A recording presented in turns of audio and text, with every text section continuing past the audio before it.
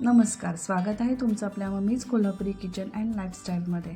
आज आपण करणार आहोत ग्रीन चटणी। जेव्हा आपण घरी ग्रीन चटणी बनवतो किंवा पुदिन्याची चटणी बनवतो तेव्हा ती अशी पानसट होते किंवा काळी पडते, हे अशी घट्टसर होत नाही। त्याच्यासाठी मी एक सिक्रेट पदार्थ टाकलेला आहे। तुम्ही त्यासाठी व्हिडिओ अगदी शेवटपर्यंत बघा आणि ज्या मी टिप्स सांगितले त्या नक्की फॉलो करा, म्हणजे तुमची पुदिन्याची चटणी किंवा ग्रीन चटणी अगदी घट्टसर आणि छान चटपटीत होईल। चला तर आपण सुरू करूया। त्यासाठी आपल्याला लागतील एक पुदिन्याची जुडी। फक्त पानं काढायची आणि ती पाण्यातून स्वच्छ धुवून घ्यायची आहेत। पुदिन्याची कोवळी पानं किंवा कोवळी देठं घेतली तरी चालेल, पण मोठी मोठी देठं घ्यायची नाही आहेत, त्याच्यामुळे आपली पुदिन्याची चटणी काळी पडते।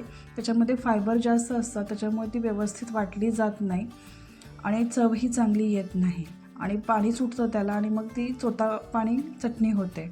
आता ही व्यवस्थित नितून मिक्सरच्या भांड्यात काढूया। इथे मी 6 मिरच्या घेतलेल्या आहेत। तुम्ही मिरच्यांचं प्रमाण तुमच्या आवडीनुसार करू शकता। मिरच्या मोडून व्यवस्थित घ्या। लसूण 10 पाकळ्या घ्या। फुटाण्याची डाळ पाववाटी घेतलेली आहे। इथे तुम्ही शेंगदाणे सुद्धा वापरले जातात, पण फुटाण्याची डाळ छान वाटते। इथे मी शेव पाववाटी घातलेली आहे। हा जो सिक्रेट पदार्थ आहे ज्याच्यामुळे आपली जी पुदिन्याची चटणी घट्टसर होते। आता लिंबू इथे एक लिंबूचा रस एक घ्यायचा आहे, एका लिंबाचा रस घ्यायचा आहे। पुदिन्याची निम्मी कोथिंबीर घ्यायची आहे।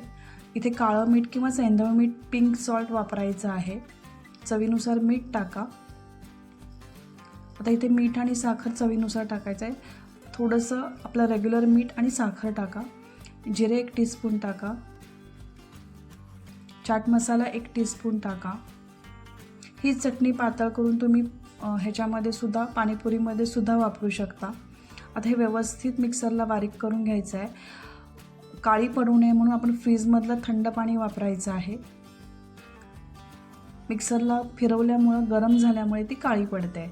आपली ही मस्त चमचमीत चटपटीत अशी ही घट्टसर पुदिन्याची चटणी किंवा ग्रीन चटणी तयार आहे। जर तुम्हाला ही रेसिपी आवडली असेल तर लाईक करा, शेअर करा, चॅनलला सबस्क्राईब करायला विसरू नका। परत भेटूया। धन्यवाद।